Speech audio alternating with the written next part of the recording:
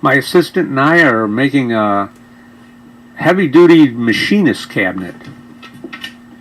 This thing's made out of 3/4 inch plywood with an 1 3/4 inch maple top, sort of a butcher block style top. Each drawer is also made out of 3/4 inch plywood with heavy-duty ball-bearing slides. They'll each hold 100 pounds. On the back side are 3 shallow storage areas, and you just push on the door, it opens up and allows some storage there in the back side of the cabinet. The cabinet is 3 feet by 6 feet, and it stands 46 inches tall.